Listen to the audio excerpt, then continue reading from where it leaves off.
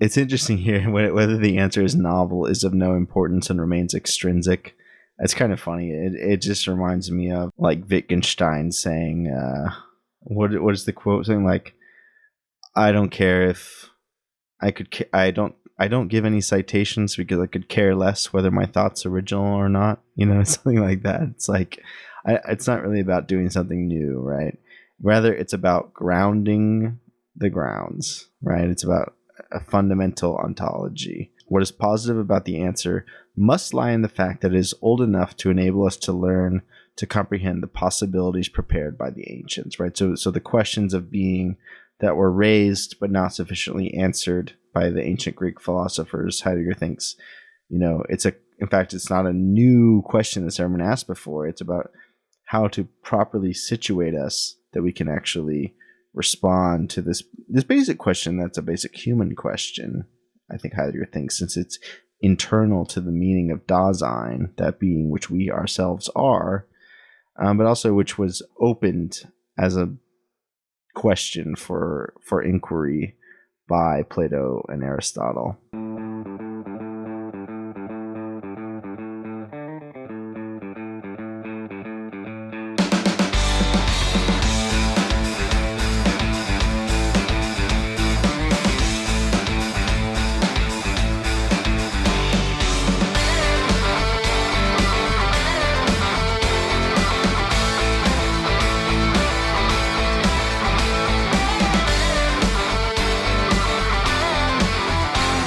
So what we were up to last time was kind of the intro, right?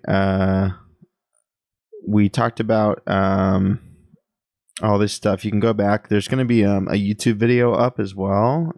So the old VODs are available on my Twitch page, but they won't be forever. But they are going to be archived in shorter, more watchable versions on YouTube.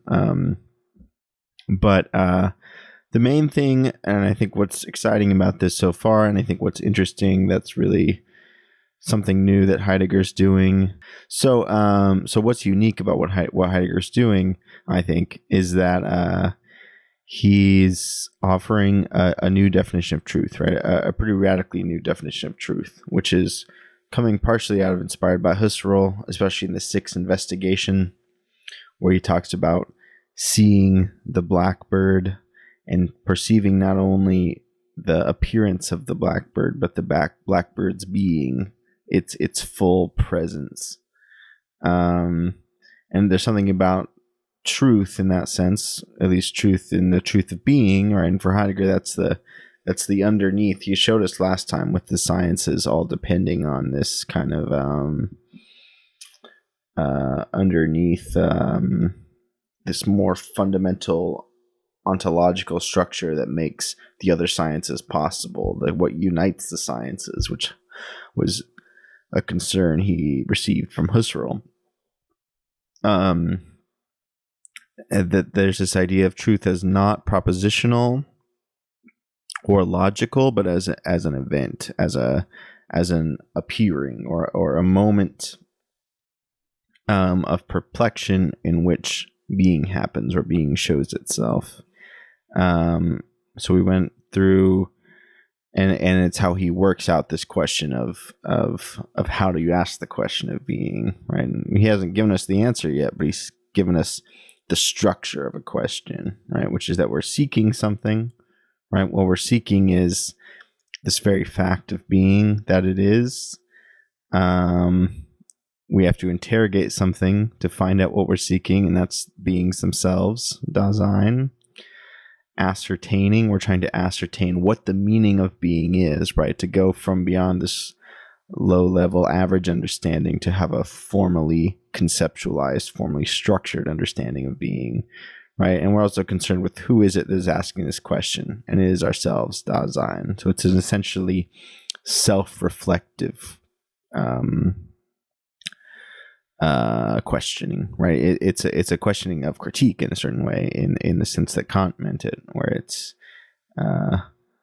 where the questioner takes themselves as that which is questioned, right? The questioner turns the question on themselves, which is that turn in the mirror is the turn of critique.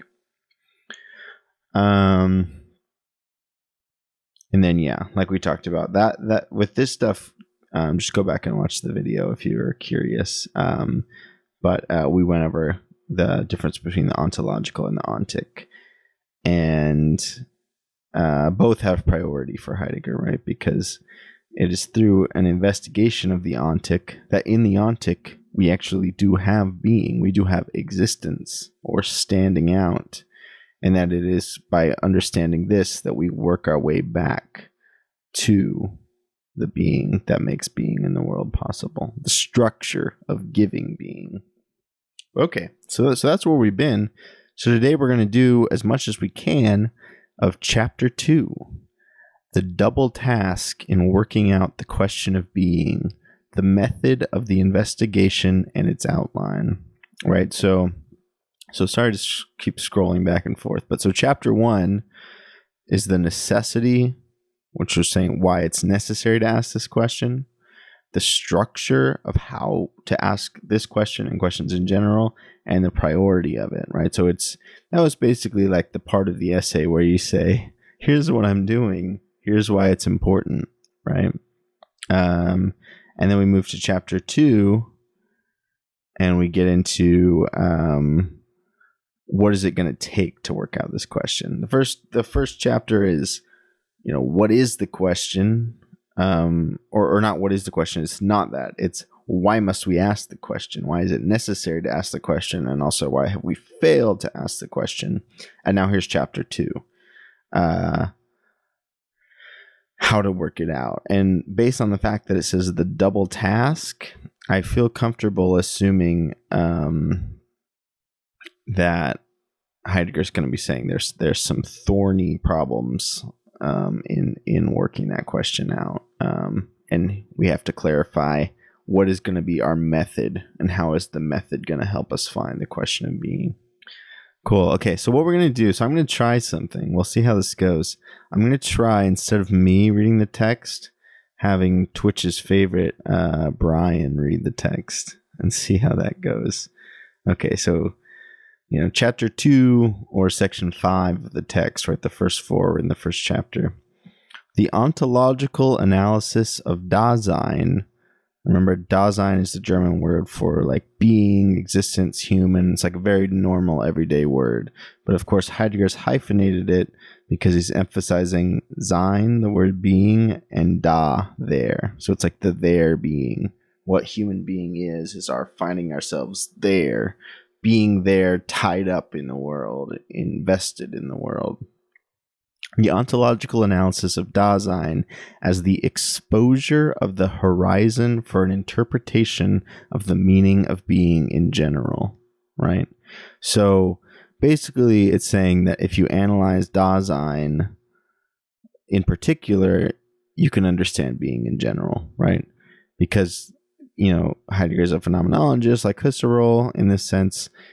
Things are in a horizon, right? That there are multiple possibilities or modes something might have of being, and the horizon is kind of the visual metaphor that Husserl uses and that Heidegger adopts for that. The many different perspectives from which you can see something, with it still changing in each perspective, but still being the same thing, right? So analyzing Dasein actually exposes, which is an interesting word since that's a word for critique as well. It exposes the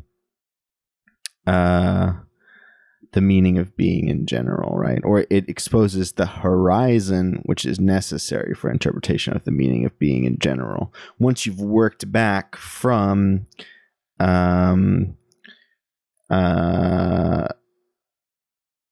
the bare fact of existence to what gives existence to being, the horizon in which we exist, you have the horizon. And once you have the horizon, which is like the transcendental precondition of being, you can think about the meaning of being in general, right? Okay, so let's listen to Brian read this and see how it goes.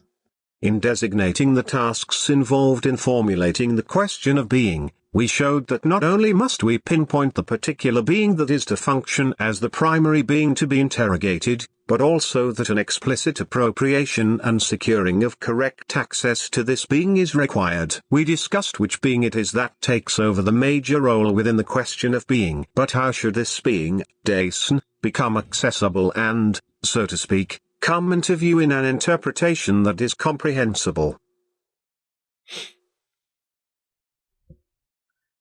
Interesting. Oh, so actually, there's a little slippage there, and that's because the PDF that we have actually that I'm looking at, I'm showing on screen, is the 96 version of Stambaugh's translation. But there was some slight edits made in the newer edition that she put out. Was it like 2010 maybe? I'm not sure exactly, but there's some slight differences like that. Be envisaged in this version becomes come into view, which is better for two reasons. I assume this is why she changed it. Heidegger does not like using complicated terminology. He makes them complicated, but he doesn't like using, technical words. He wants to use everyday words because he thinks they're closer to everyday experience. So come into view is much less fancy than be envisaged. And also, it doesn't have that past tense of envisaged. It's it has the motion or action of coming into view. But so Brian did okay on that, other than I can't blame him for not knowing how to pronounce German words. It's Dasein, right? Let's I was so distracted by just seeing how Brian would do with it that I kind of didn't listen that much. So let's play it one more time, and this time I'll actually be ready to talk about it. In designating the tasks involved in formulating the question of being, we showed that not only must we pinpoint the particular being that is to function as the primary being to be interrogated, but also that an explicit appropriation and securing of correct access to this being is required. We discussed which being it is that takes over the major role within the question of being. But how should this being, Dyson, become accessible and, so to speak, come into view in an interpretation that is comprehensible? Right. So that's just kind of 10 out of 10 for Brian. Good job, Brian. Woo!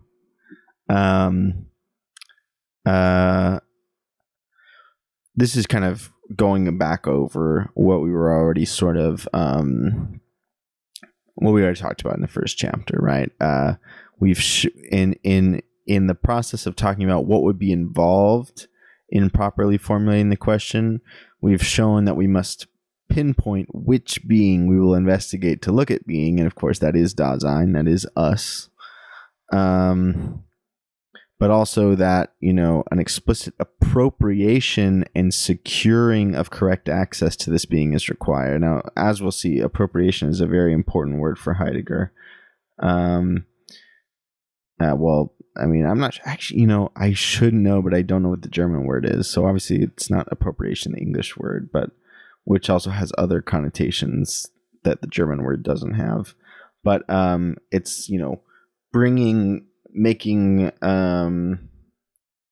making present to oneself, right? Bringing something, into one's view, into one's life even, right? Since Heidegger's emphasizing the everyday lived experience and life of people is what he means by that, right? So it has to be not only that we have to investigate human being, but not do it in the way, non-phenomenological philosophers do it, where we, abstractly talk about, is a human the animal with reason or whatever, right? It has to be actually securing correct access to the being, this being as it lives, I think is what he means by that.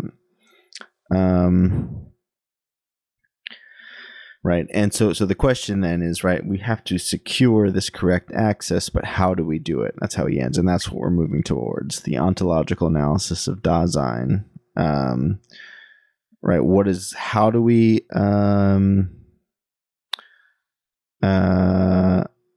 bring Dasein into view, and how do we bring it into view in a way that this is in a perceptive interpretation? The other version says an interpretation that is comprehensible, right? So it's a way that makes it visible to us, or able to, emerge as a gestalt for us. So that's not too difficult, because that's just reminding us what we already did. So let's move on to the next paragraph.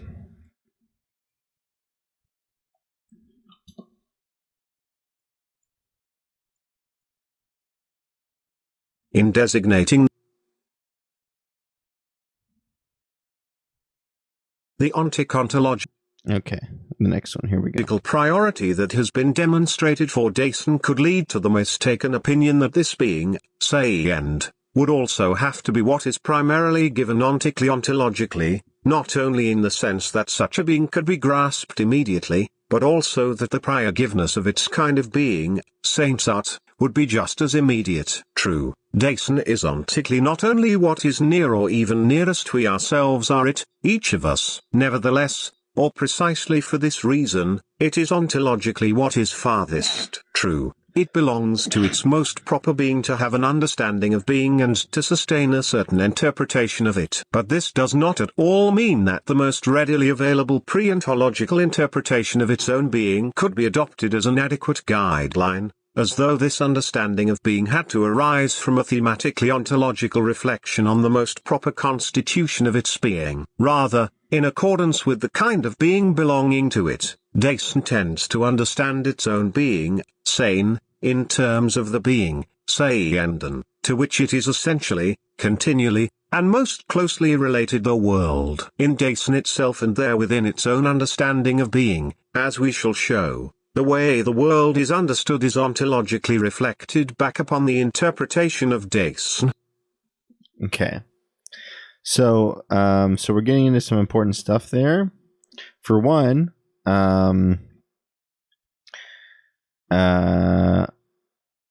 right, so the ontological priority that has been demonstrated for Dasein could lead to the mistaken opinion that this being would have to be what is primarily given also ontologically, not only in the sense that such a being could be grasped immediately, but also that the prior givenness of its manner of being would be just as immediate, right?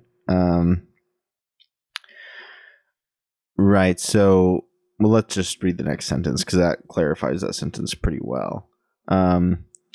True. Oh, thank you for the bless you. Yes. True. Dasein is ontically not only what is near or even nearest. We ourselves are it. Each of us, right? So I kind of gave it away earlier when I said we are Dasein, right? That's where he makes that clear here. Nevertheless, or precisely for this reason, it is ontologically what is farthest removed. True, it belongs to its most proper being to have an understanding of this being and to sustain a certain interpretation of it. But this does not at all mean that the most readily available pre-ontological interpretation of its own being could be adopted as an adequate guideline, as though this understanding of being had to arise from a thematically ontological reflection on the most proper constitution of its being. So, this is kind of that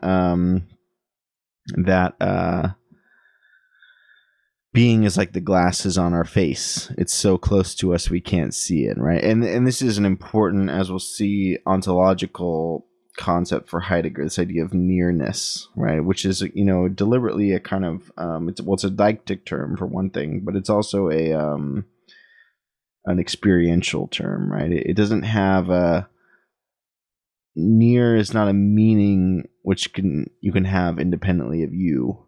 To say something is near to me or far from me I have to be present in the world to be able to say it's near or far, right? So he's turning language in this way, like putting, we are beings in the world, right? We're not disaffected cogito floating above the world or something, perceiving it, right? We're inside of the world, and things are happening to us, and we're doing things to the world inside of this world. So for something to be nearest to me is relational to me. It places me in the world as bound up in the understanding of the world. And so that's where you get this funny thing, right? That our being is nearest us, right? It's the glasses on our face. It's nothing more near and more meaningful that we already have a sense that we are beings. We exist. We are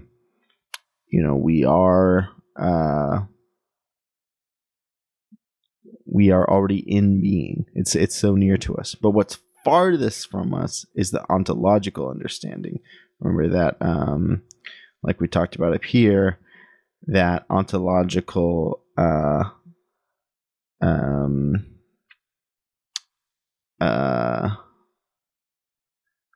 what is, the study in the proper philosophical sense of what is being, what are the structures that give beings and make beings possible, right? That's what's farthest from us, strangely. So it's in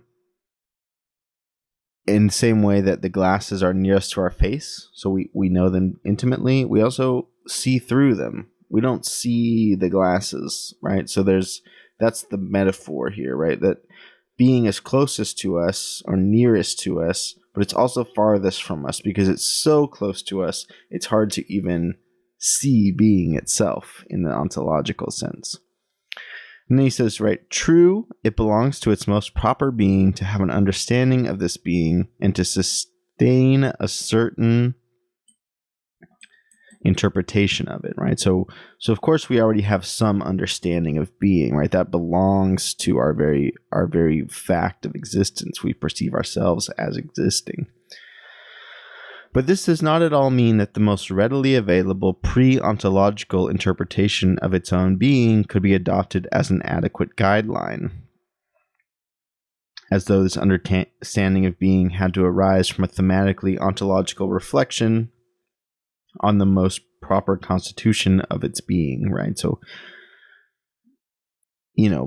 roughly speaking, we could just say, we have an understanding of being, but that shouldn't be confused with a proper,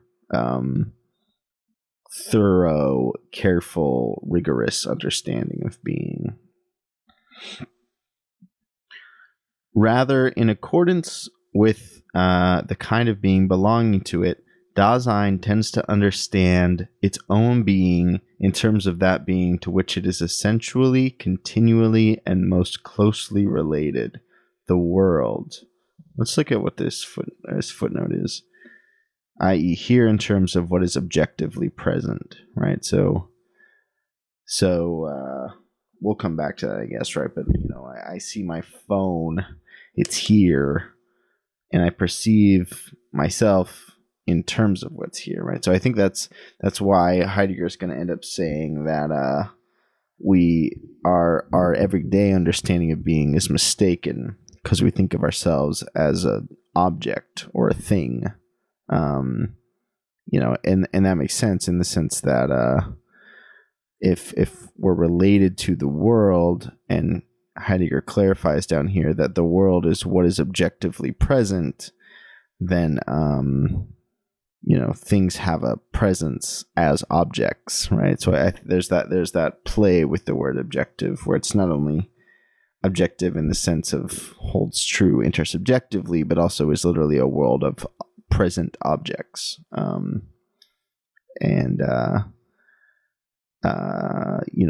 That's what the world is here, I guess. The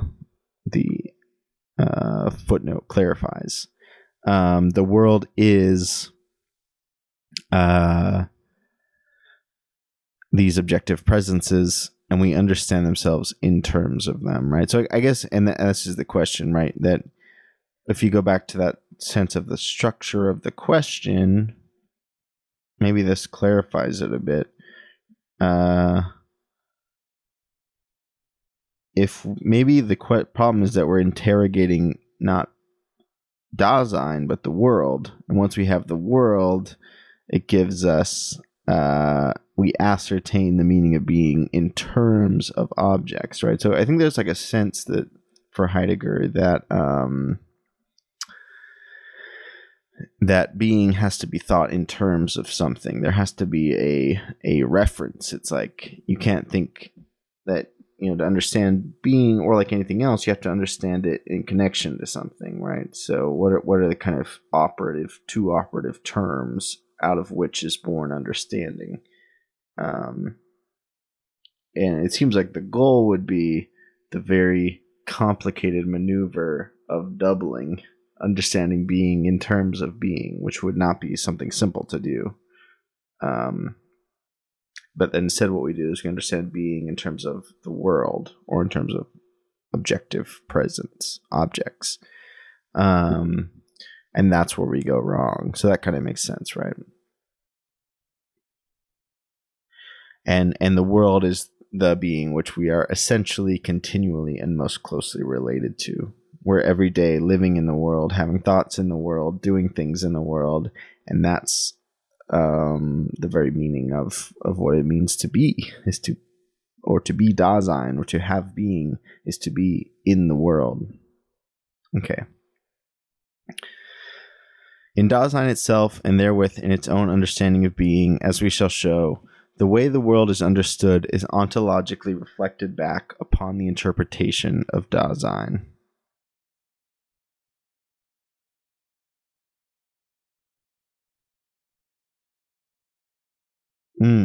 Interesting. So, okay. Oh, yeah. Okay, that's what I was just saying, right? So the way the world is understood, which the world is near to us, but not as near as Dasein, we interpret the world, and then the world throws itself back on us, and we're basically turned into the world, or we have being in the world. Okay. Next paragraph. Let's pop this in, Brian, really quick. That's some humorous wording, I have to say.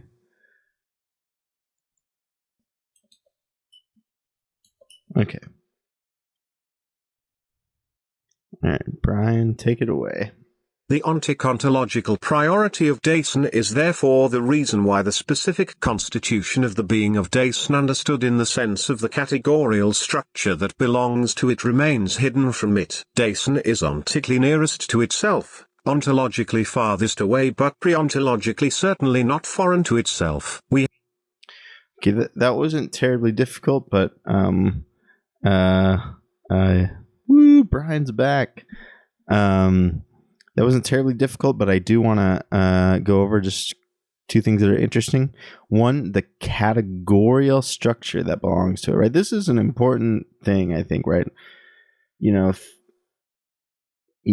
Heidegger is not a Kantian, but I mean, this is how the roots go. Like, if you get like a history of philosophy that tries to tell the story of Heidegger without the story of Kant or transcendental philosophy, it's just totally wrong, right? Because this is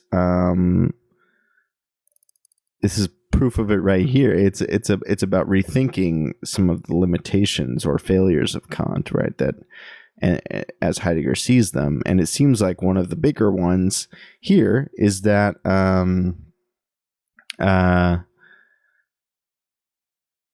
that Kant's concept of the categories, which Husserl mentioned this as well. So Heidegger's kind of getting this from Husserl. The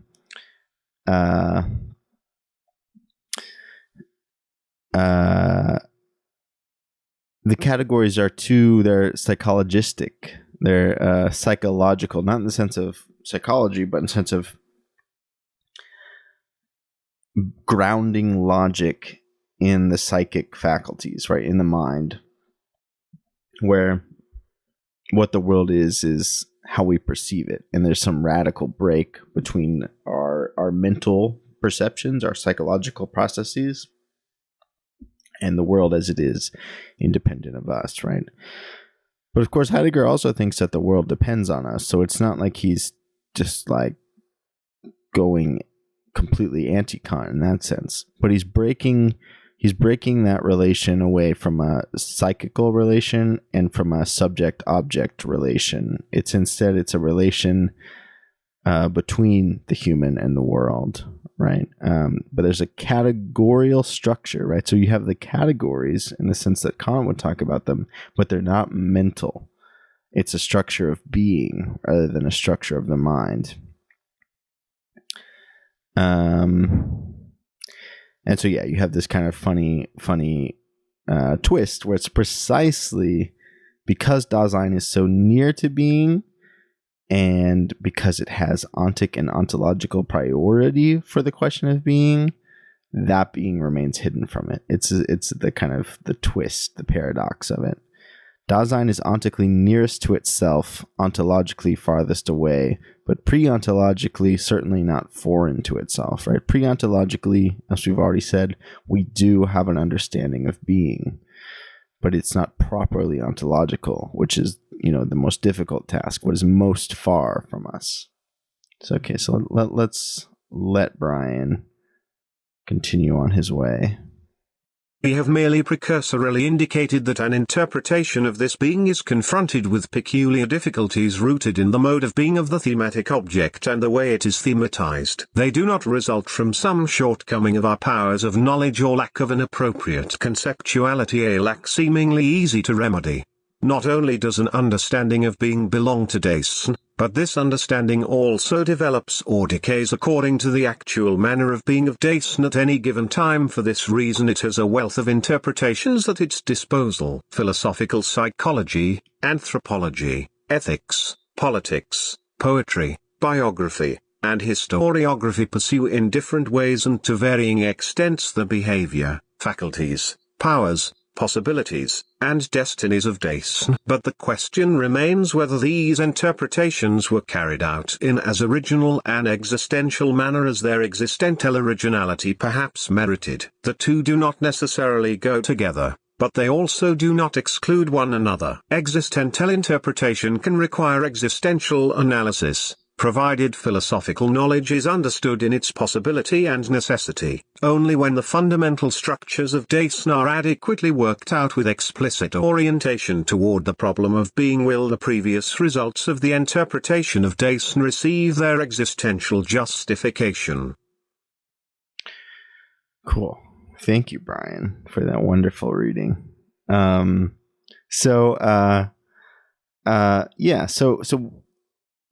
have merely precursorily indicated the interpretation of this being is confronted with particular difficulties rooted in the mode of being of the thematic object and the way it is thematized, right? As we keep talking about, it's a little like, text is a little, yeah.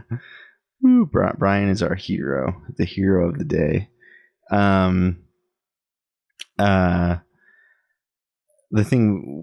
text is a little bit repetitive in some ways because,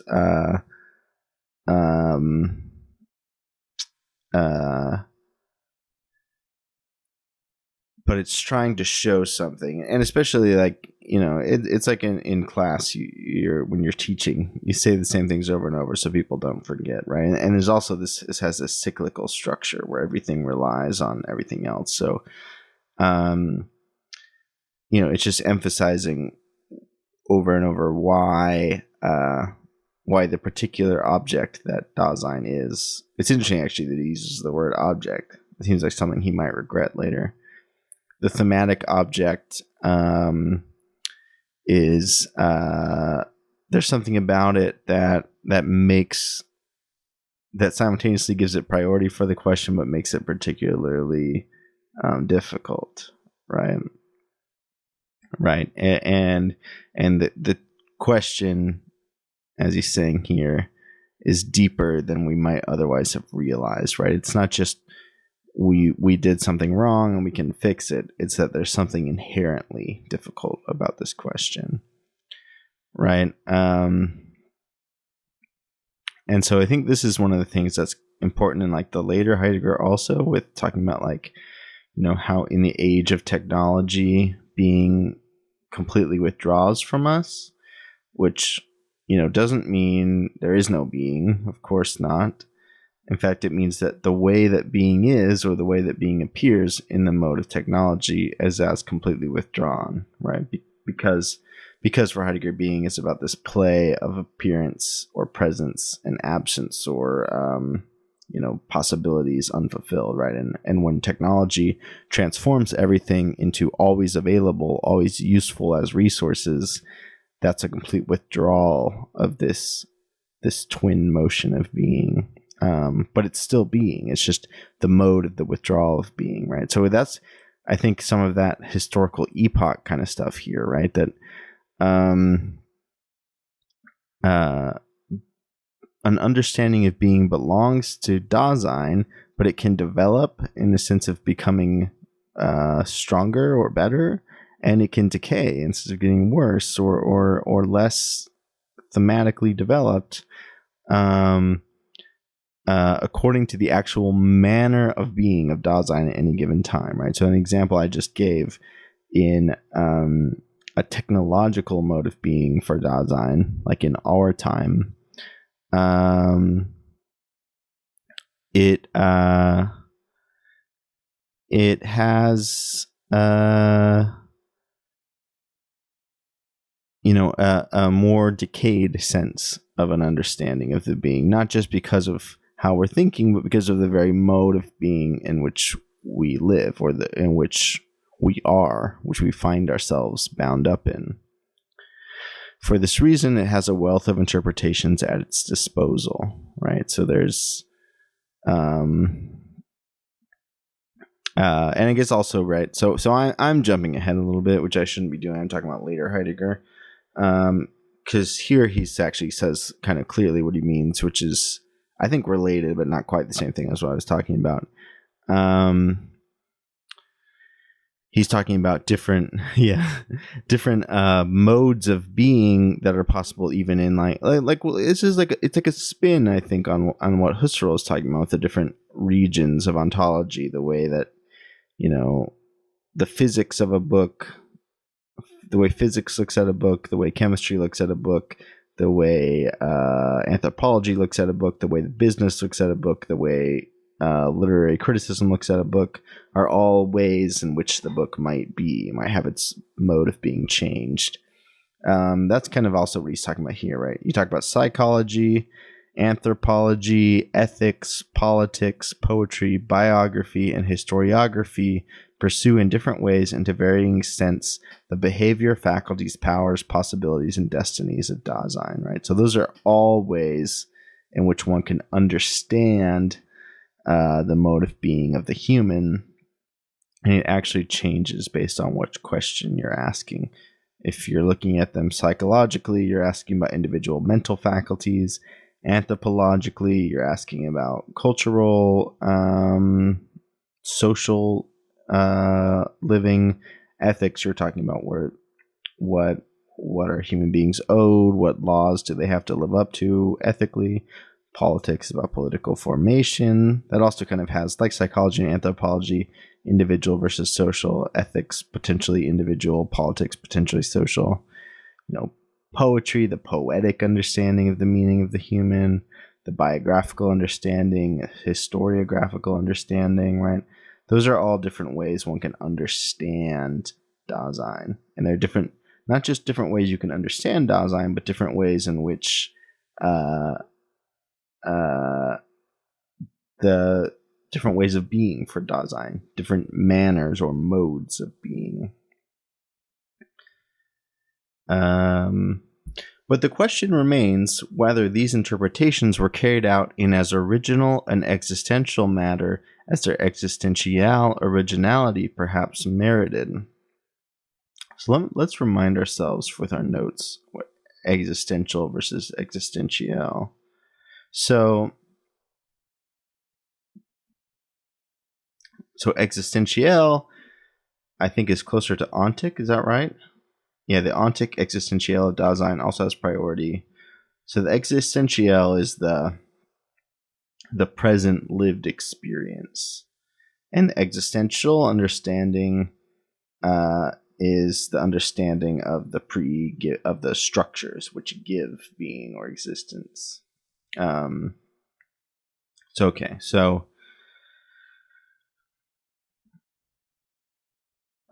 Right. So these all have existential originality, right? They're bound up in our ways of living, in our daily projects, lives, concerns. Right. And so the question is, were they carried out in a properly existential manner? The two do not necessarily go together, but they also do not exclude one another, which we know because he thinks you investigate the existential to work your way back to the existential that has given and withdrawn the existential. Existential interpretation can require existential analysis, provided philosophical knowledge is understood in its possibility and necessity. Provided philosophical knowledge is understood in its possibility and necessity, right? Only when the fundamental structures of Dasein are adequately worked out with explicit orientation toward the problem of being will the previous results of the interpretation of Dasein receive their existential justification.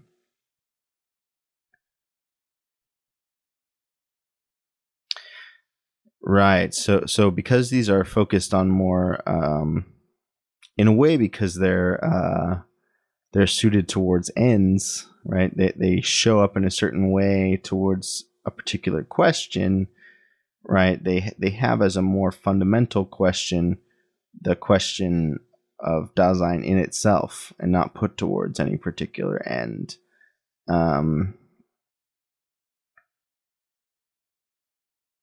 And so the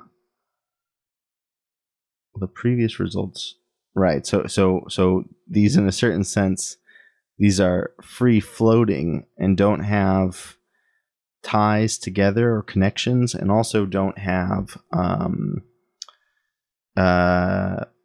proper grounding, because there's not been the question of Dasein with respect to the question of being, right? So I think that's also that kind of what I was talking about, the understanding Dasein in terms of Dasein, or in terms of being, rather than in terms of psychology, anthropology, whatever, right? So okay, so that makes sense. So we can get back to Brian and let him read some more for us. Let me throw that in there.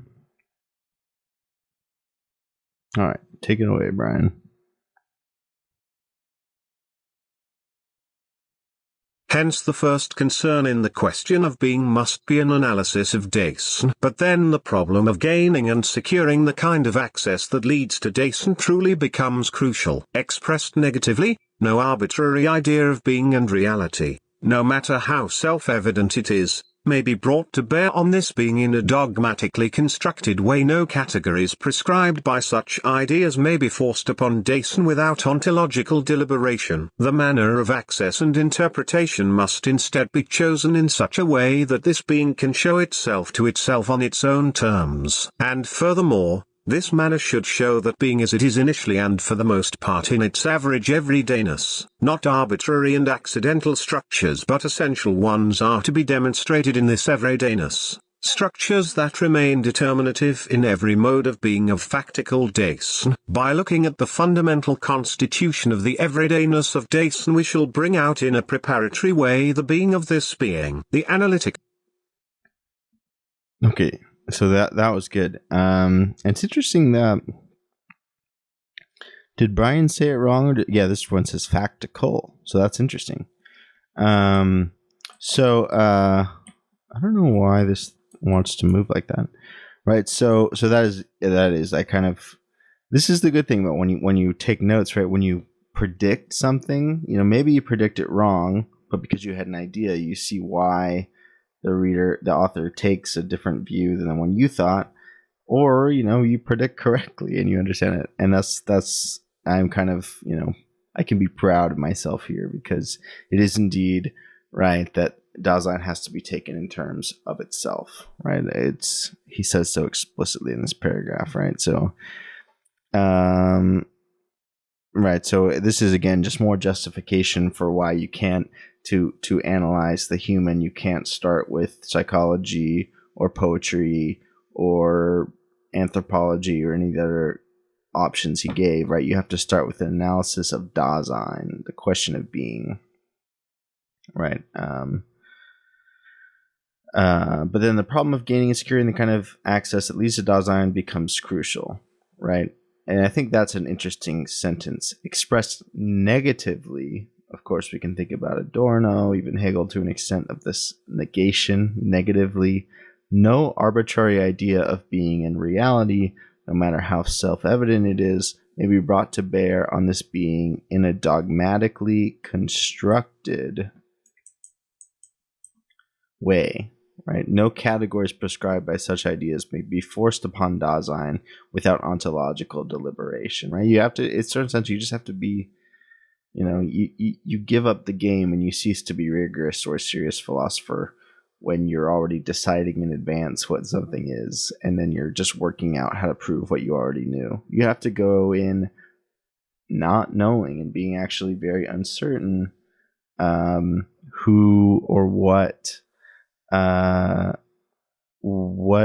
the being that you're after even is, what Dasein is. And that's, this next sentence is exactly where Heidegger, proves me right, so to speak. The manner of access and interpretation must instead be chosen in such a way that this being can show itself to itself on its own terms. The self, as it turns out, is the way that the self relates itself to itself, right? It's this kind of, how do you understand something not in relation to something else? You flip that thing and understand it in relation to itself, which is more complicated than it might seem, right? And furthermore, this manner should show that being as it is initially and for the most part in its everydayness, right? So there's a real sense in which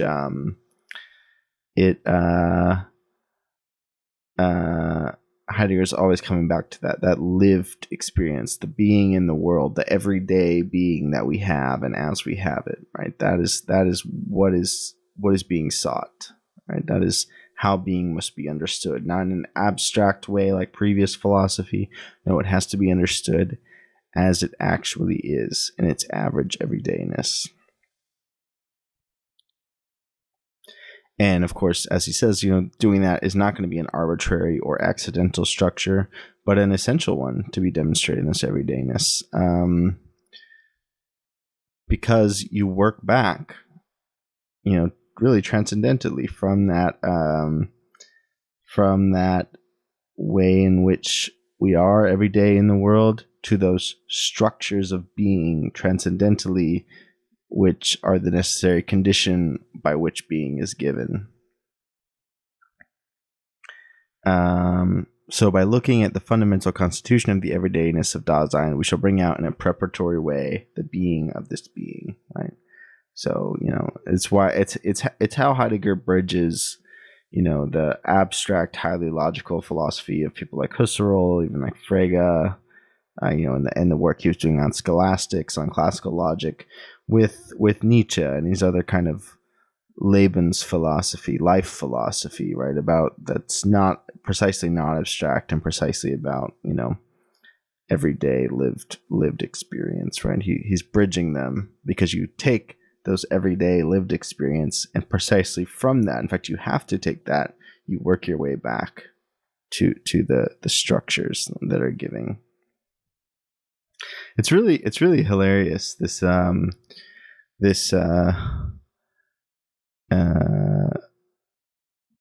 Twitter, at least that's where I first saw it. This Twitter phenomenon of people saying it's giving. It's very phenomenological, right? This the es gibt. It's giving, right? The giving is the structures that are giving us over and into being. It's very fun. Okay, so let's let Brian take it away some more. We'll see. We'll give him we'll feed him 2 paragraphs, even though this one's a little long. I think we can do it.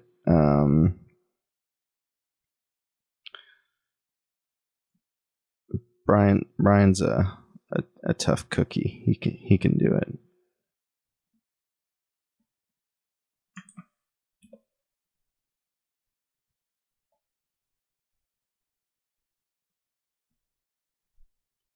The analytic of Dyson, thus understood, is wholly oriented toward the guiding task of working out the question of being. Its limits are thereby determined. It cannot hope to provide a complete ontology of Dyson, which of course must be supplied if something like a philosophical anthropology is to rest on a philosophically adequate basis, with a view to a possible anthropology or its ontological foundation. The following interpretation will provide only a few parts, although not inessential ones. However, the analysis of Dyson is not only incomplete but at first also preliminary. It only brings out the being of this being without interpreting its meaning. Its aim is rather to expose the horizon for the most primordial interpretation of being. Once we have reached that horizon, the preparatory analytic of Dyson requires repetition on a higher, genuinely ontological basis. The meaning of being, sein, of that being, seienden, we call Dyson will prove to be temporality,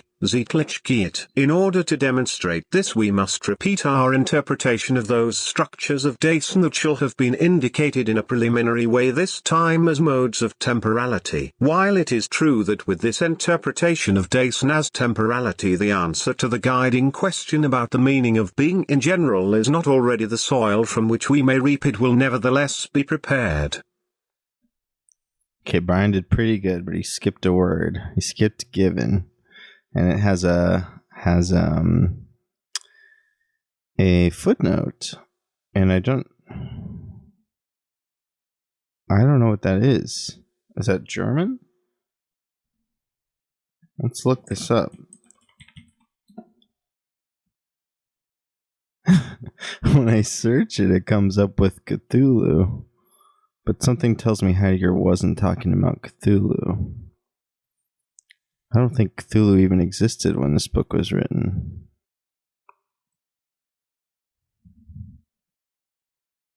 It's from Aristotle. So it's a Greek word.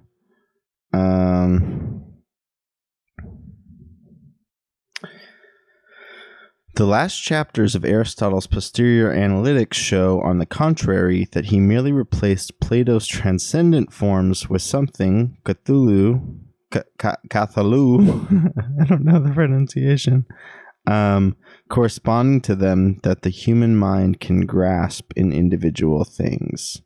So it's still something like form, I guess, but it's this rethinking where it's, particular, I guess, rather than universal, and it has that sense of the thing teleologically to which they're working, I guess.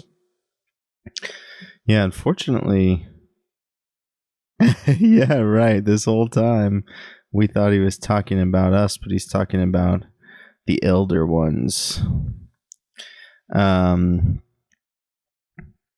that's really interesting. Now I wonder if there's any connection to that and actual Cthulhu by Lovecraft. But yeah, so let's look at where did I even get that from?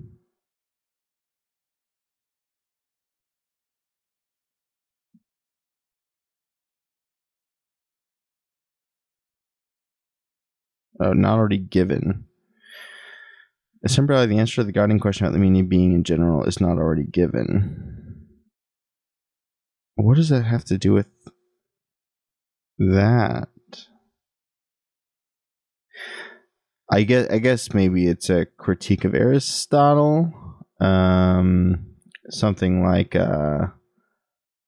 Aristotle thinks that form is already given in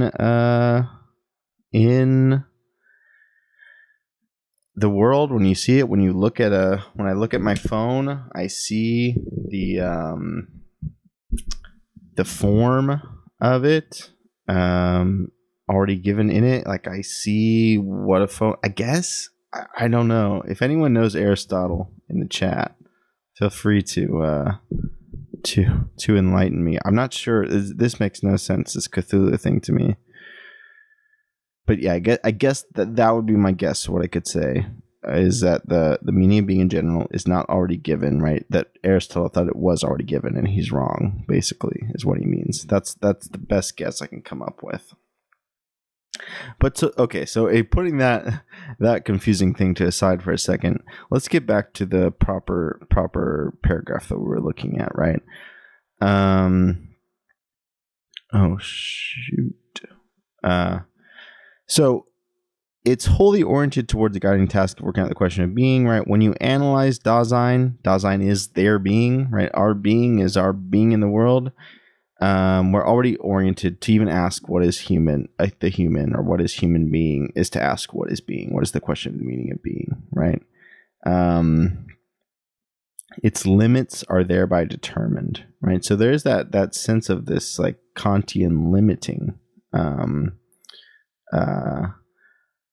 You define a thing not just by saying what it is, but what it's not. What are the limits when you carve things up in the world? What are the limits within which they are? But I thought actually that what Heidegger meant by the question of the meaning of being was that which was without limits, that which gave all the limits. It was the structure that made the limiting possible. So it's kind of weird here, but the question he just means, right, is that the limiting of Dasein, I guess, is to work out the question of Dasein is limited within the question of what is the meaning of being. It cannot hope to provide a complete ontology of Dasein, which of course must be supplied if something like a philosophical anthropology is to rest on a philosophically adequate basis. With a view to a possible anthropology or its ontological foundation, the following interpretation will provide only a few parts, although not inessential ones. However, the analysis of Dasein is not only incomplete, but at first also preliminary. It only brings out the being of this being without interpreting its meaning. Right? So I think this is that hermeneutic circle sense that Heidegger has, right? He says that, here it's actually supposed to be circular. There's a circular logic where you keep working around and the two terms, like you're bouncing back and forth between them, right? One being, being in the world, and the other being ontological being. You keep working back and you find your way. You find them both coming clearer and clearer into focus. You're finding your path as you go.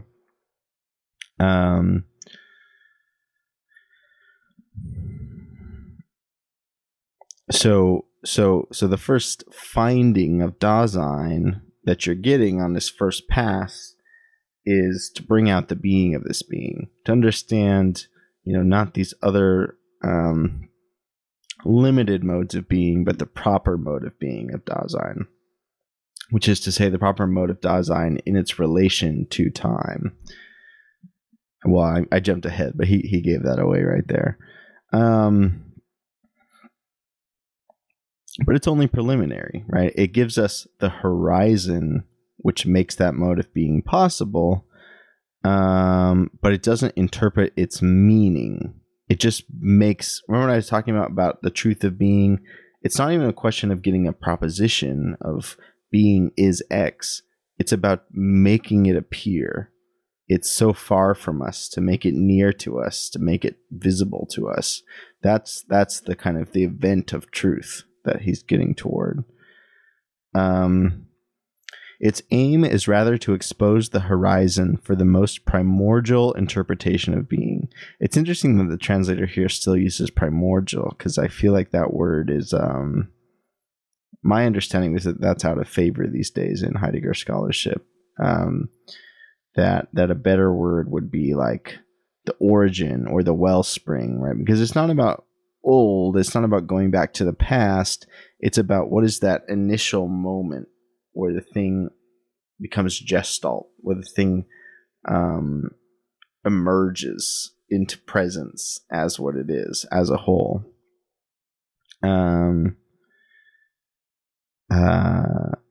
Right, so its aim is to expose the horizon for the primordial interpretation of being, for what is the basic fundamental horizon that makes it possible for us to be. Once we have reached that horizon, the preparatory analytic of Dasein requires repetition on a higher, genuinely ontological basis. So in the sense that we're in this ontic everyday world, and we have to analyze actually our everyday experiences to work back to the bigger abstract structure of being that gives our everyday being, that makes it possible. That doing that, going around the circle, the first or second or third pass, gets us up here. But now we're done, not done. Now we just have, we have the horizon. It's now become visible. The horizon of the bigger horizon that gives being. But now we have to do the question there, right? So, and I think that gets to where, right? Famously, Heidegger never finishes this book. The university threatens to fire him if he doesn't publish something soon. So he publishes it, but he considers it unfinished, and eventually he says he'll never be able to finish it, and he writes some different essays, right? And I think that's the failure. I think he gets us here, but once he gets up here, that's where he's unable to finish. The meaning of the being that we call Dasein proves to be temporality, right? Zeitlichkeit, I think is pronunciation, right? Zeit is time. So he gives away, right? That's the structure of being and time. In fact, later on, he writes Time and Being, which is a very similar title, right? But now he's saying, no, the emphasis should have been on time, not on being, right? And you see that here in the sense that he thinks that the mistake that almost all philosophers make when they say what is being is they take it out of time. They understand being as merely spatial. If I say my being is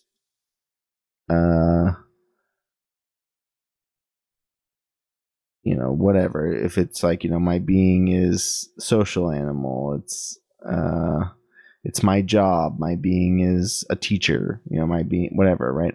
Those things are all possible stops on the time of my whole life, but they aren't the meaning of me, Heidegger thinks, because they take one little sliver and try to make that my being. But the being is actually spread over time. So all philosophers fail to understand being before Heidegger, according to Heidegger. All philosophers before Heidegger fail to understand being as something that is stretched across time, or spanned across time is the word he uses. Right, so the meaning of being proves to be temporality, which, to work out exactly what that means, it takes some work to get there, right? But that's what Heidegger has in mind when he says the meaning of being is temporality. In order to demonstrate this, we must repeat our interpretation of those structures of Dasein that shall have been indicated in a preliminary way, this time as modes of temporality. Right, so I guess that's also what I was talking about with these. Right here, the modes of Dasein which we analyze are our everyday activities: eating, drinking, talking to friends, going to work. And once we analyze the structures of those, we can work out the horizon that gives them.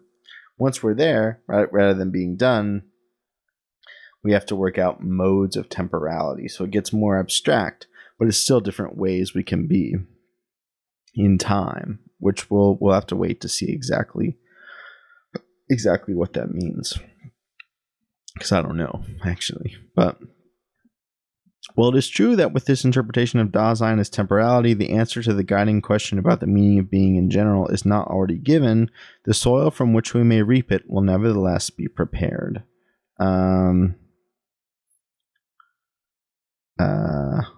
Right, and so that comes back to that Aristotle that I really don't know what to do with.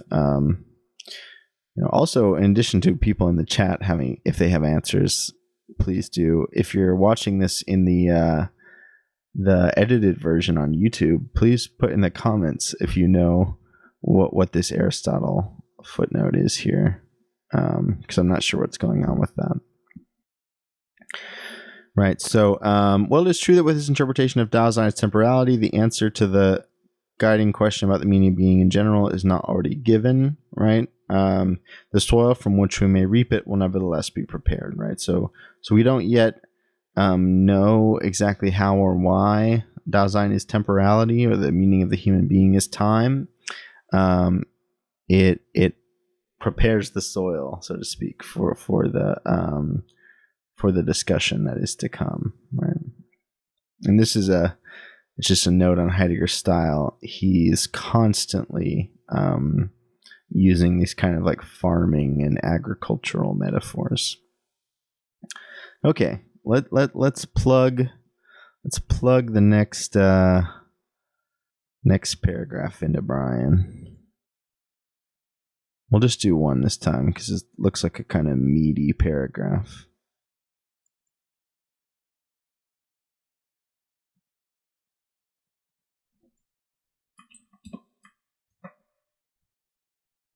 All right.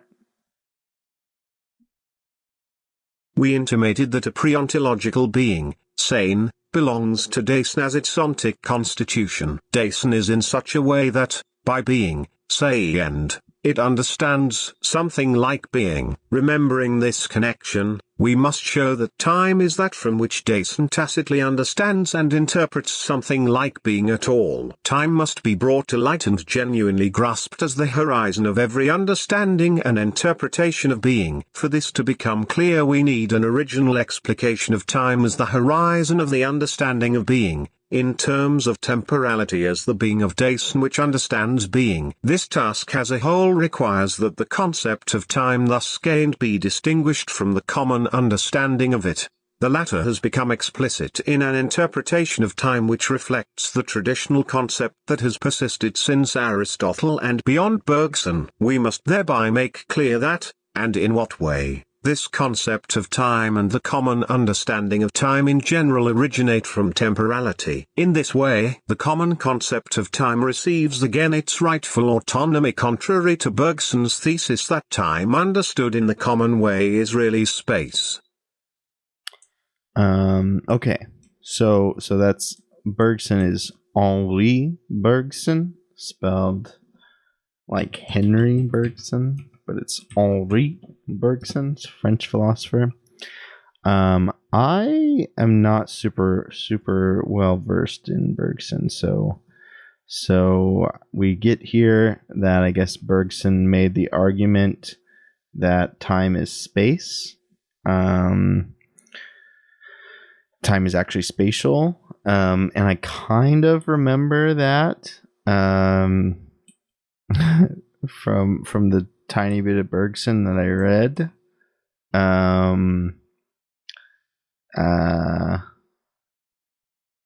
But I don't know well enough to say exactly what he has in mind there. But whatever it is, right, he's convinced that Bergson is wrong about it, right, and that time is not actually reducible to space.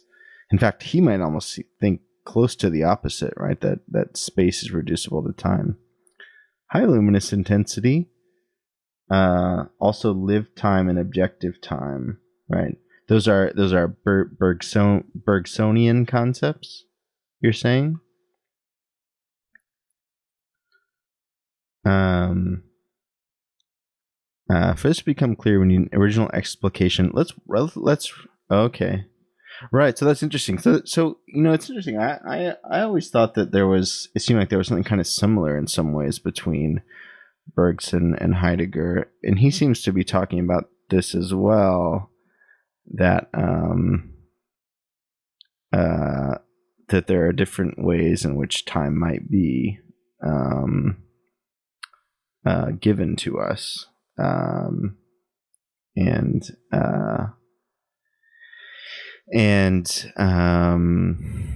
what do I want to say about that?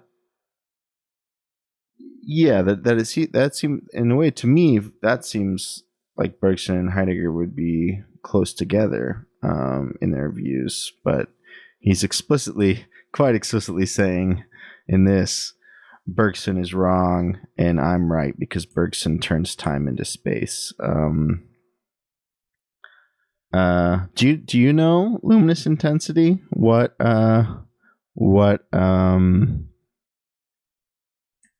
he means when he says that Bergson turns time into space? Are you familiar? It sounds like you're familiar with Bergson.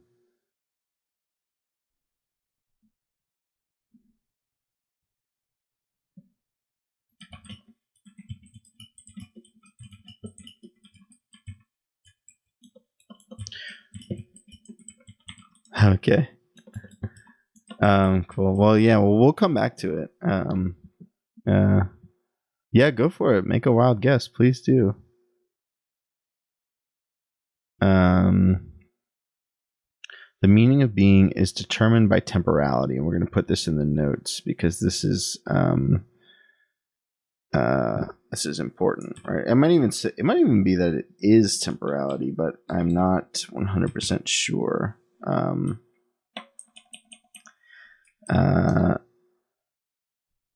Well, let's leave it at by, actually, because for one thing, it messes up the term, and I don't want to take determined out.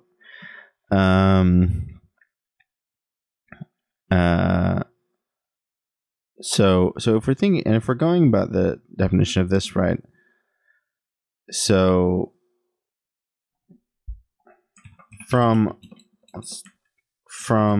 ontic analysis, one can discover the horizon of our everyday being as temporality.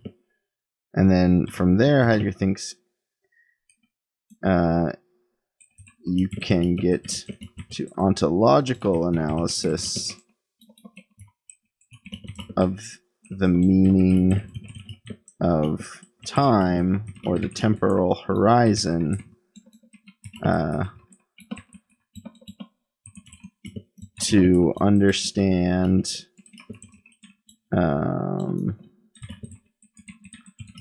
the structure of being, or of es gibt,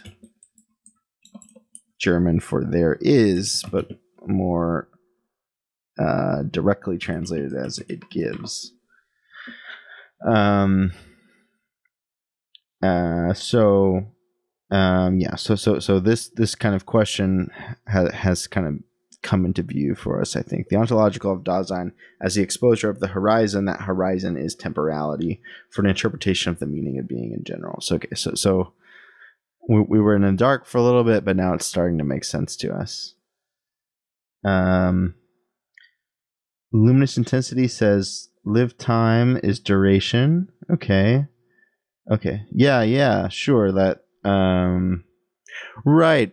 That now it's coming back to me a little bit. Like the book Matter and Memory. It's like, rather than memory being, time T2 remembering T1, it's rather that all the memories are gathered up, right? That they're woven into the matter itself, or like my memories are pressed into me or something like that. That makes sense. And so that's how time becomes spatial, right? That time's like, for Bergson, that's okay, that's helpful. You reminded me of that when you said that. And that makes sense, right? That, yeah, like for Bergson, time is spatial because time isn't moving or flowing, it's like collecting and gathering up. Okay, yeah, that makes sense. Yeah, thank you for that. That was great. That helps a lot. And now I remember what it means to say that time is spatial for Bergson. But so whatever he means by that, Heidegger disagrees.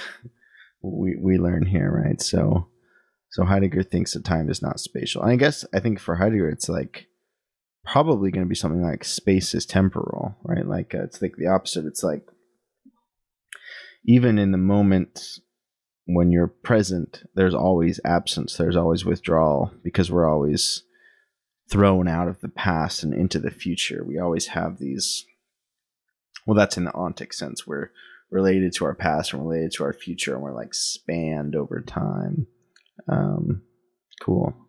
Yeah. Okay. So we'll see more what he ends up meaning by this, but this is a good kind of intro for at least thinking about what he means when he says that the meaning of being is proved to be temporality. So, okay, let's have Brian read this paragraph one more time, since I got a little bit I went off a little bit. Let's just get it in our head one more time.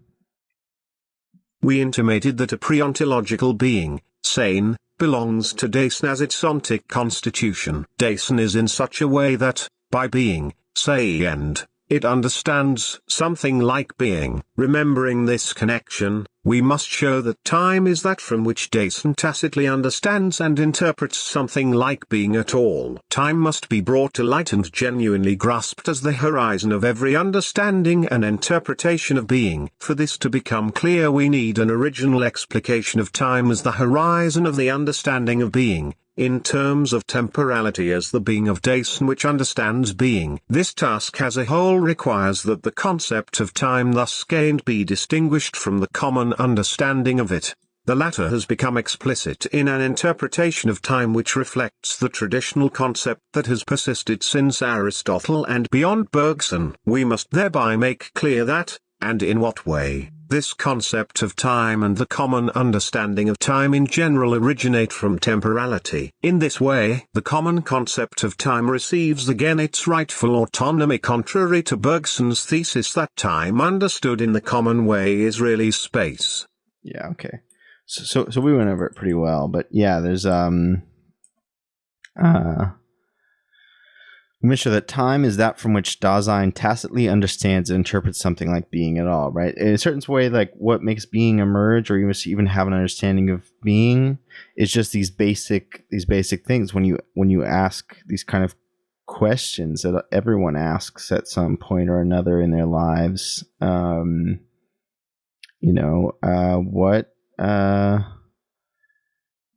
is there something rather than nothing? What does it mean that I'm alive and one day I will die? Things like that. Those are, I think you could argue, and I think this is what Heidegger is saying, those are relations to time. Without a concept of time, without a concept both of a past and a history that existed before we did, without a conception of a childhood and a family life, which are what determined us as we are now, as well as with a future about which we have goals and hopes and dreams. Also a sense that, that history is progressing, that, that it will progress beyond us. One day we will die and the march of history will continue. Those kinds of relations, that understanding of ourselves as a present, particular present now, in relation to the absence, which is also us, the us spread across time, and our relation between ourselves and time is what makes it possible, or what even gives us first some kind of understanding and interpretation of being, even at a non-formally worked out level. And that's a way of saying, I guess, so how you're saying, once we get from the ontic to the ontological horizon, we get to the meaning of temporality itself, which itself is also what determines being, right? Being is time, or is determined in a fundamental way by time. Okay, cool. Yeah, so that makes a lot of sense. So with this chapter, I was a little bit like, where are we going? But now I see, right? And now we're going to get some more on time. Got another big weighty paragraph for Brian to read. So I'll stick it in, Brian. I'm too amused by that. Okay.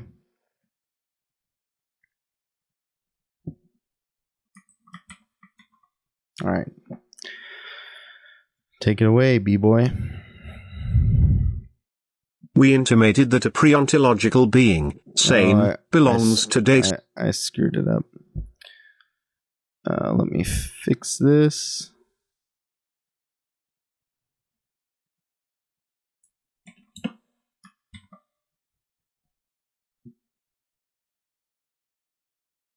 Time has long served as the ontological, or rather ontic, criterion for naively distinguishing the different regions of beings. Temporal beings, natural processes and historical events, are separated from atemporal beings, spatial and numerical relationships. We are accustomed to distinguishing the timeless meaning of propositions from the temporal course of propositional statements. Further, a gap between temporal being and supra-atemporal eternal being is found, and the attempt is made to bridge the gap. Temporal here means as much as being, say, and in time, an obscure enough definition to be sure. The fact remains that time in the sense of being in time serves as a criterion for separating the regions of being. How time comes to have this distinctive ontological function, and even with what right precisely something like time serves as such a criterion, and most of all whether in this naive ontological application of time its genuinely possible ontological relevance is expressed,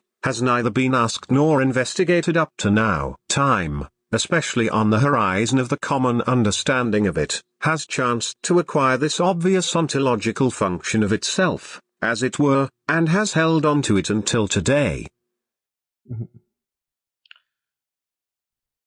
Oh, that's okay, Sea-Dog. Thanks for being here. Yeah, so that's an interesting point, right? So one of the errors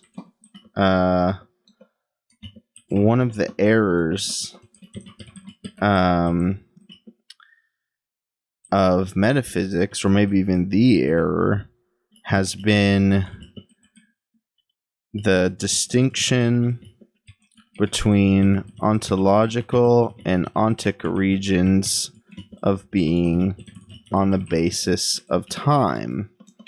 In other words, right, I mean, this is like, for one thing, it's Plato, straightforward, but it's also, Descartes, a lot of important philosophers in the Western tradition, on the basis of time, right? So that,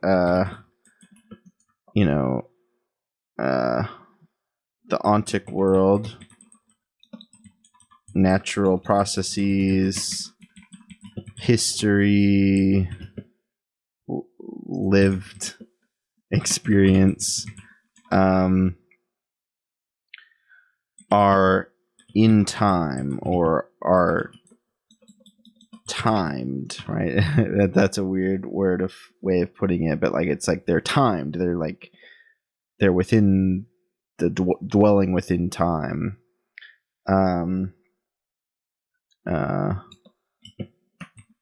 Versus, oh shoot, did not mean to do that.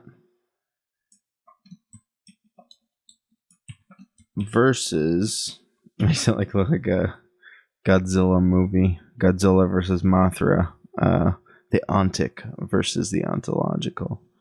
Versus the ontological world.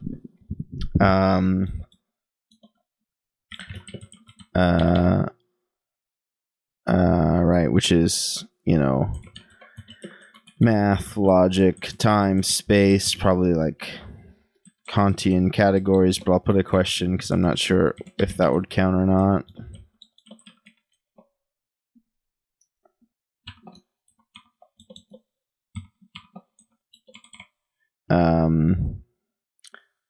The ontological world is timeless, or out of time, astride of time, right? That it's what holds, it's the forms that hold universally and outside of time, in the potentially outside of matter, or the body also could be one way of looking at it, right? But it's without of time, it's the universal constant. That Heidegger is going to emphasize, it sounds like. Yeah, there's the gap also between temporal being and supratemporal eternal being, right? So there's also the gap between sometimes, right? And obviously, Heidegger did his PhD on the scholastics, so he's very familiar with these arguments for God by Christian philosophers. Supratemporal eternal being. Temporal here means as much as being in time. Temporal here means as much as being in time, right? Like it's temporal means to be in time, an obscure enough definition to be sure. The fact remains that time, in the sense of being in time, serves as a criterion for separating the regions of being. how time comes to have this distinctive ontological function, and even with what right precisely something like time serves as such a criterion, and most of all, whether in this naive ontological application of time, its genuinely possible ontological relevance is expressed, has neither been asked nor investigated up to now. Time, especially on the horizon of the common understanding of it, has changed to acquire this obvious ontological function of itself, as it were, and has held on to it until today. Right? So,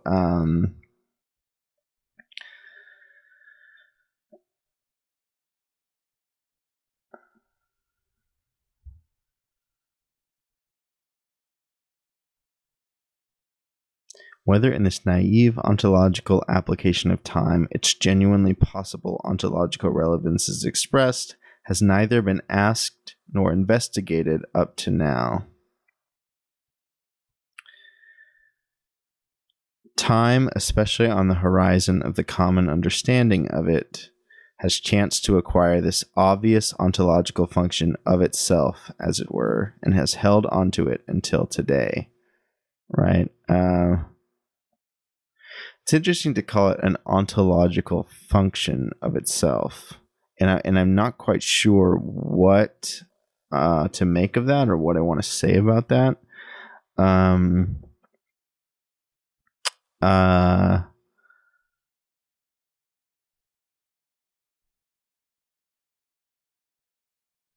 mean, so I get right what's being set up, and also what Heidegger's, he's doing what we do in papers now. No one has ever asked this question until now. I'm asking this question, right? No one has ever asked why there's this splitting between the temporal ontic world and the atemporal ontological world, and whether or not it really makes sense to say that the ontological is not temporal. And I think we can see where it's going already, that Heidegger thinks the ontological is temporal, and it actually is in time, I think. But what does he mean by an ontological function? It's interesting. Let me just listen to Brian read it one more time, and we'll and of course, as always, if you're in the chat, feel free to offer interpretations, suggestions, whatever. But okay, let's listen to Brian read it one more time.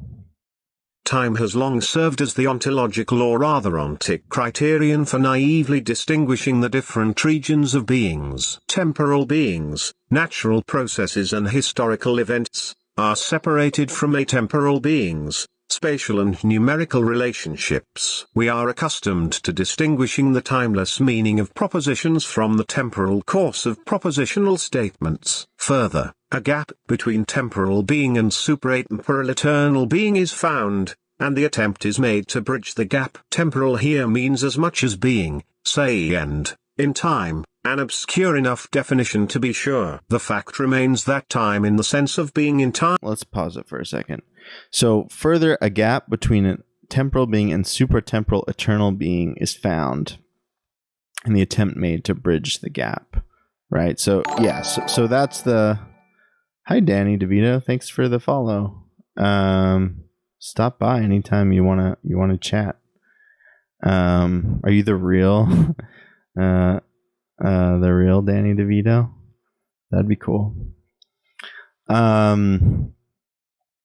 Further, a gap between temporal being and supratemporal being, eternal being, is found in the attempt made to bridge the gap. Right. So that's the kind of scholastic religious sense of what is the relationship between mortal beings on earth in time versus eternal God or whatever, right? God who is not in time, who is out of time, who exists across time.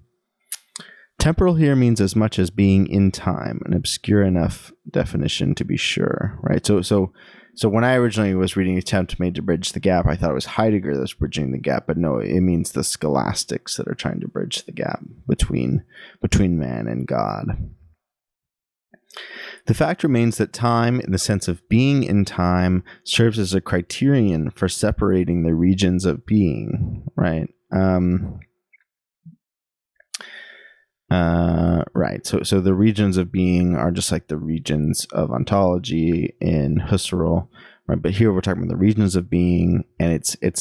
I mean, this is a really interesting argument. That's actually it's time that determines whether something is thought of as in time or atemporal. Actually, separates these regions of being. How time comes to have this distinctive ontological function, and even with what right precisely something like time serves as such a criterion. So how does time come to have this function that it divides up the world in certain ways? That's one question that's being asked.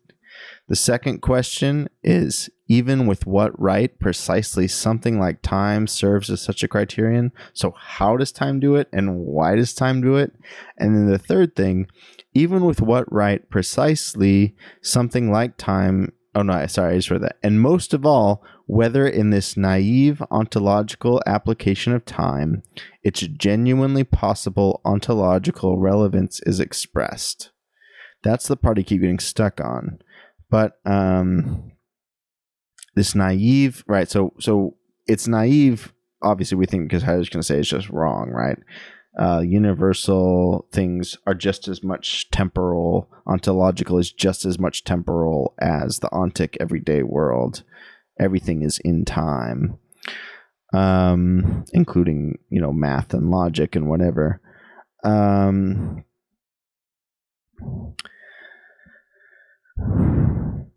And most of all, whether in this, so it's naive in that sense, but so it's a naive ontological application of time. It's a genuinely possible ontological relevance is expressed, right? So is there in the same kind of way that, we look at our everyday experience and ask, can we work our way back from our everyday experience to the ontological structures that give those?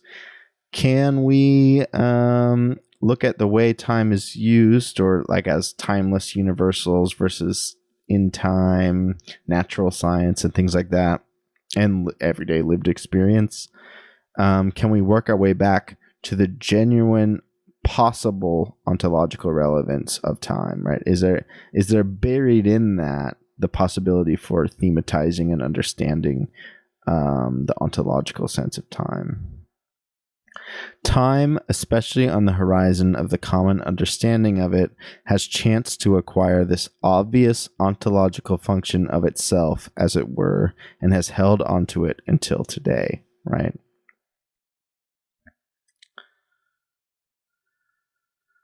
So that's a little bit thorny still. I'm not exactly sure still what it means to say that time is an ontological function of itself, but I think probably, for one thing, I think we can keep reading and it will hopefully get explained as we keep reading. But also, it's an ontological function of itself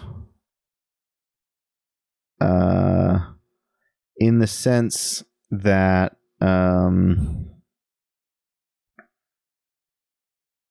and most of all, whether in this naive ontological application of time, it's genuinely possible ontological like this question of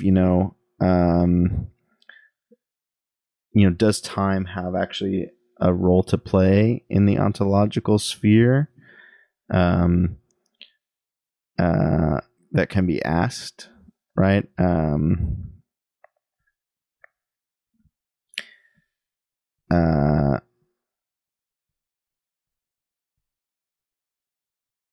This obvious,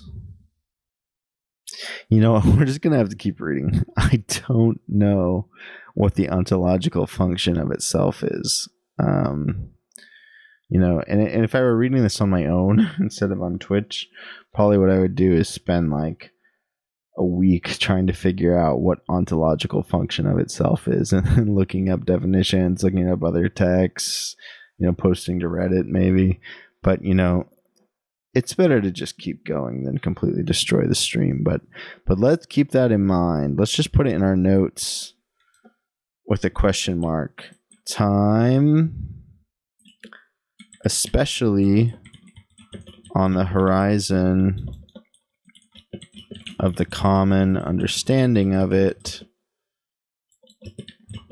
has chanced to acquire, let's put the quotes just in case it matters, this obvious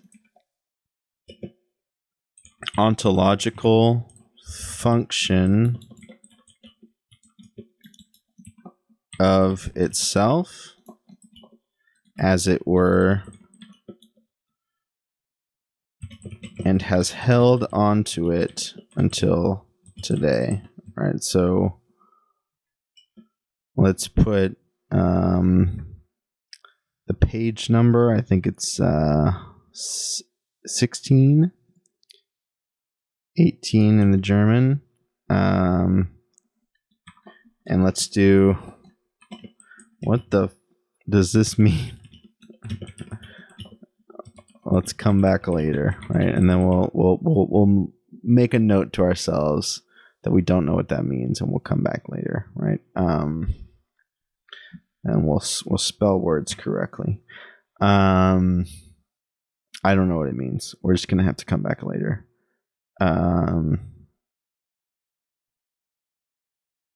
But maybe, well, you know what? I just remembered something. There's a quote from Heidegger. I think it's a later Heidegger. Maybe it's Being in Time, actually, where he says that time brings time to time.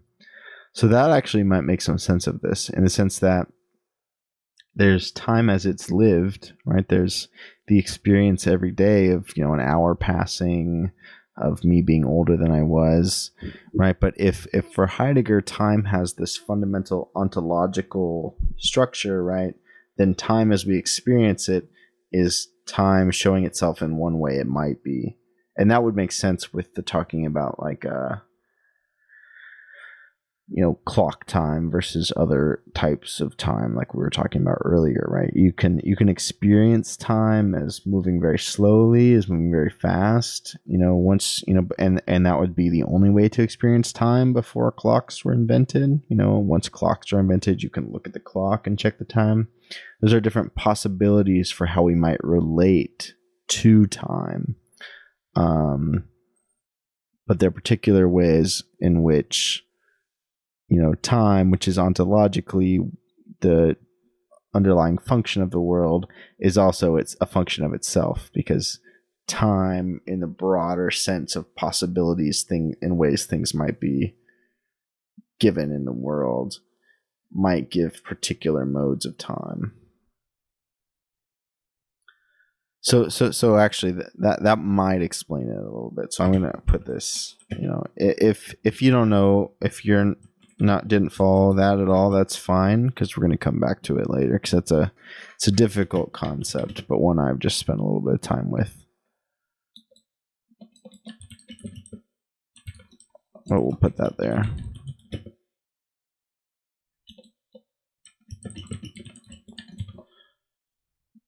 Okay.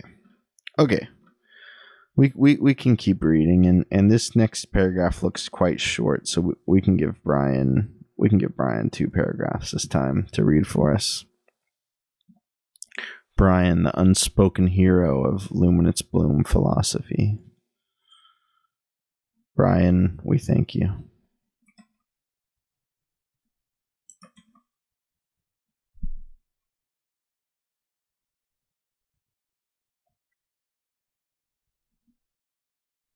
In contrast, we must show, on the basis of the question of the meaning of being which shall have been worked out, that and in what way the central range of problems of all ontology is rooted in the phenomenon of time correctly viewed and correctly explained. If being is to be conceived in terms of time, and if the various modes and derivatives of being in their modifications and derivations are in fact to become intelligible through a consideration of time, then being itself, and not only beings that are in time, is made visible in its temporal, zeitlich, character. But then temporal can no longer mean only being in time, in der Zeitend. The atemporal and the supratemporal are also temporal with respect to their being, this not only by way of privation when compared to temporal beings, which are in time, but in a positive way which, of course, must first be clarified, because the expression temporal belongs to both pre-philosophical and philosophical usage, and because that expression will be used in a different sense in the following investigations,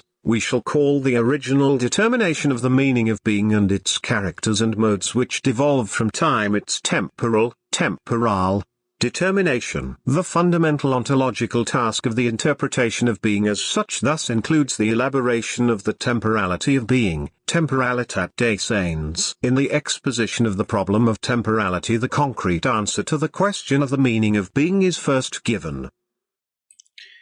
That was a lot, so let's just hear it again, and this time I'll pause it as we go and talk a little bit about things, but we'll let Brian say it one more time. In contrast, we must show, on the basis of the question of the meaning of being which shall have been worked out, that and in what way the central range of problems of all ontology is rooted in the phenomenon of time correctly viewed and correctly explained. Right, so in contrast to... So we're just talking about, in contrast to this mistaken belief that the fundamental ontological stuff is atemporal, and it, is the atemporal universal, which gives way to the particular temporal, being or presence. In contrast, we must show the actual fundamental problems of ontology actually are in time, right? So this is, in a certain way, this is the thesis of the whole book, right? That and in what way the central range of problems of all ontology is rooted in the phenomenon of time correctly viewed and correctly explained. Okay, so so we've, that's just a clear explanation of what we were just talking about. If being is to be conceived in terms of time, and if the various modes and derivatives of being in their modifications and derivations are in fact to become intelligible through a consideration of time, then being itself and not only beings that are in time is made visible in its temporal, zeitlich, character. Right, so if being is to be conceived in terms of time, and if the various modes and derivatives of being and their modifications and derivations, and if it's probably are, not and, right, is what it's supposed to be. Oh, no, it is supposed to be and, right? So if, this is so finicky sometimes. Sorry about that. If being is to be conceived in terms of time, and if the various modes and derivatives of being and their modifications and derivations, all right, so if being is to be conserved of time, in terms of time, and in fact, to become intelligible through consideration of time, right?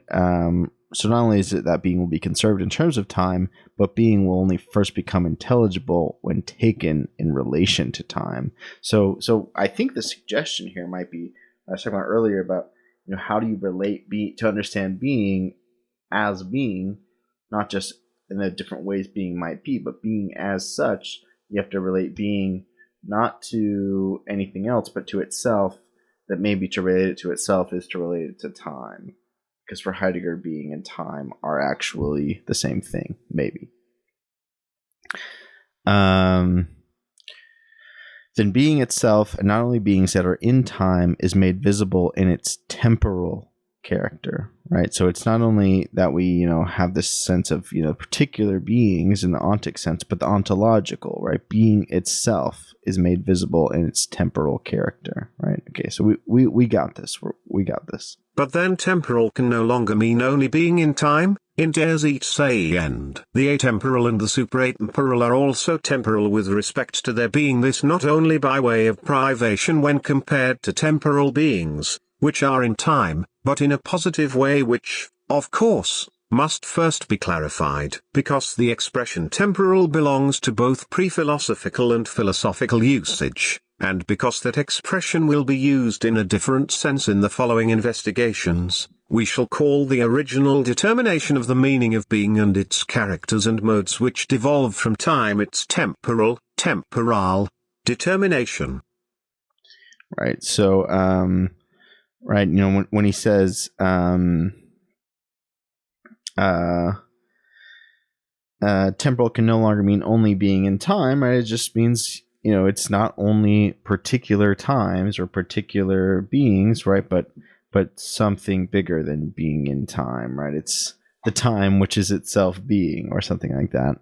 And when he says that the atemporal and supertemporal are not temporal only by privation, in other words, not just like, we're not just saying like, well, yeah, of course they're also time because they don't have time, any time, which is a relation to time. He's saying, no, there's a positive, which would be a purely negative relation. He's saying, no, there's a positive relation to being in time. And that's going to have to be clarified, I guess, right? Which is where we have to hold out and wait for that answer. But because the expression temporal belongs to both pre-philosophical and philosophical usage, and because that expression will be used in a different sense in the following investigations, we shall call the original determination of the meaning of being and its characters and modes which devolve from time its temporal determination. I'm not sure what devolve means there, right? Is it just a mistake and it's supposed to be derive? Because that would make sense.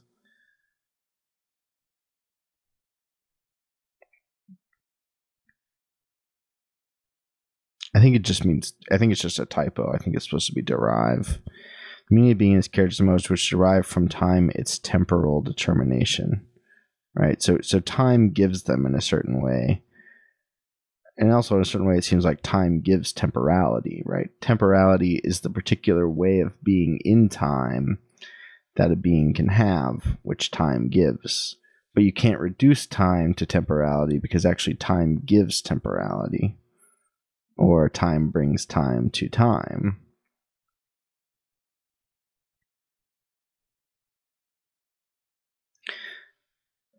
Yeah, it's funny hearing the way that I feel like I just had an actual moment of that.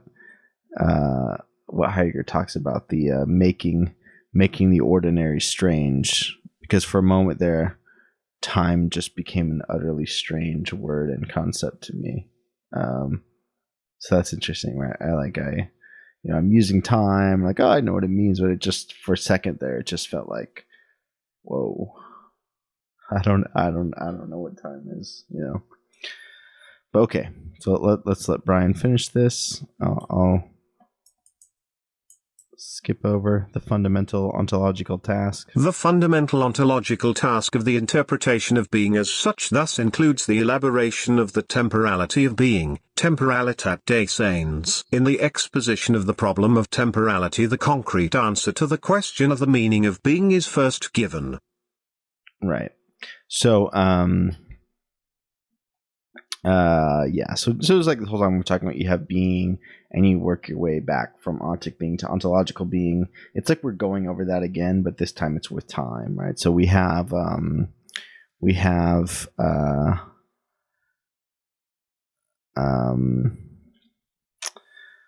being in time, right? The temporality by which beings are, and then we're finding our way back to time as such rather than temporality, right?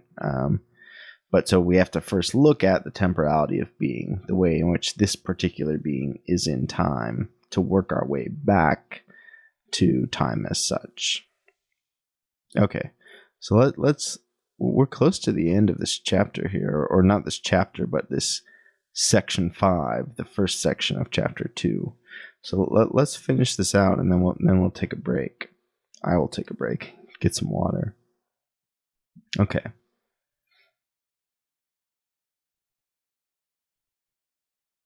Because being is in each instance comprehensible only in regard to time, the answer to the question of being cannot lie in an isolated and blind proposition. The answer is not grasped by repeating what is stated propositionally, especially when it is transmitted as a free-floating result, so that we merely take notice of a standpoint which perhaps deviates from the way the matter has been previously treated. Whether the answer is novel is of no importance and remains extrinsic. What is positive about the answer must lie in the fact that it is old enough to enable us to learn to comprehend the possibilities prepared by the ancients. In conformity to its most proper sense, The answer provides a directive for concrete ontological research, that is, a directive to begin its investigative inquiry within the horizon exhibited, and that is all it provides. If the answer to the question of being thus becomes the guiding directive for research, then it is sufficiently given only if the specific mode of being of previous ontology, the vicissitudes of its questioning, its findings,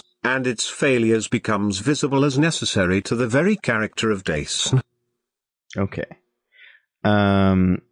Yeah, so that's kind of a wrap up. It's not overly confusing, I don't think. Right, but it's not, he says, in an isolated and blind proposition, right? Heidegger's really getting away from logic in the sense of formal logic. It's not a proposition, right? It's something else, but as we're going to find out, it's like an event, right? It's being becoming visible. And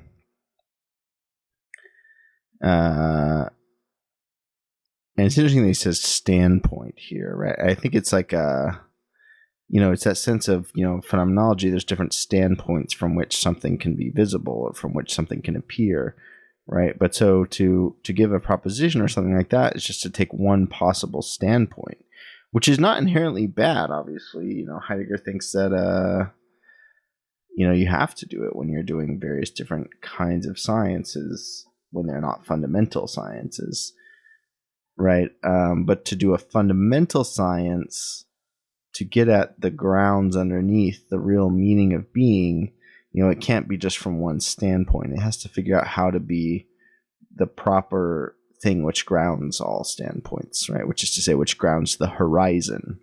So,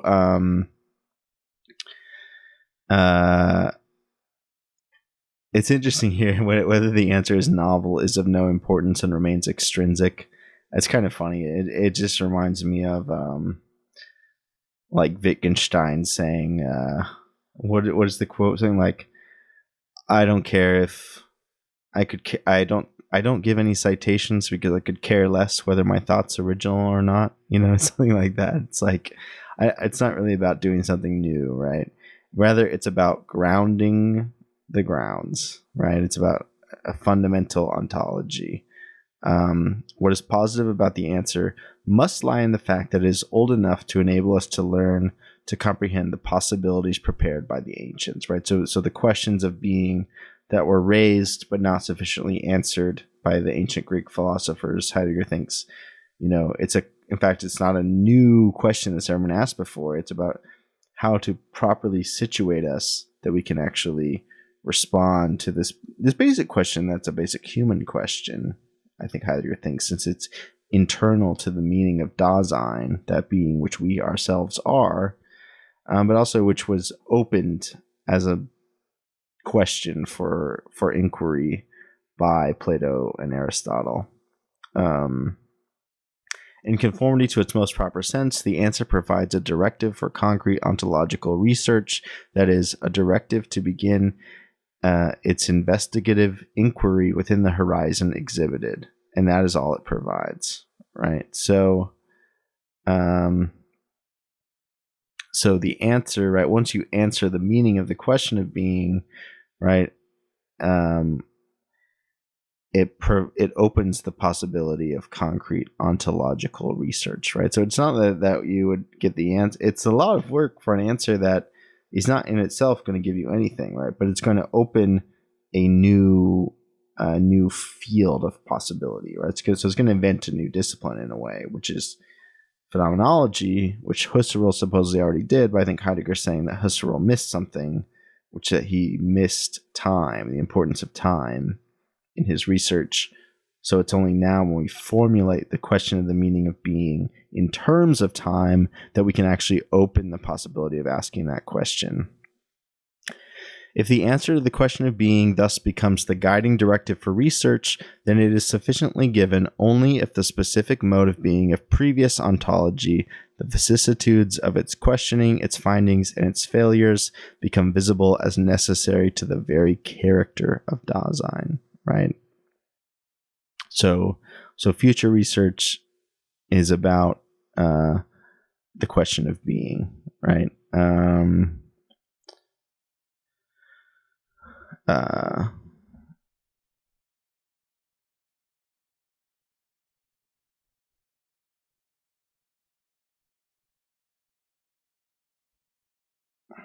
this is kind of interesting at the end here, right? So I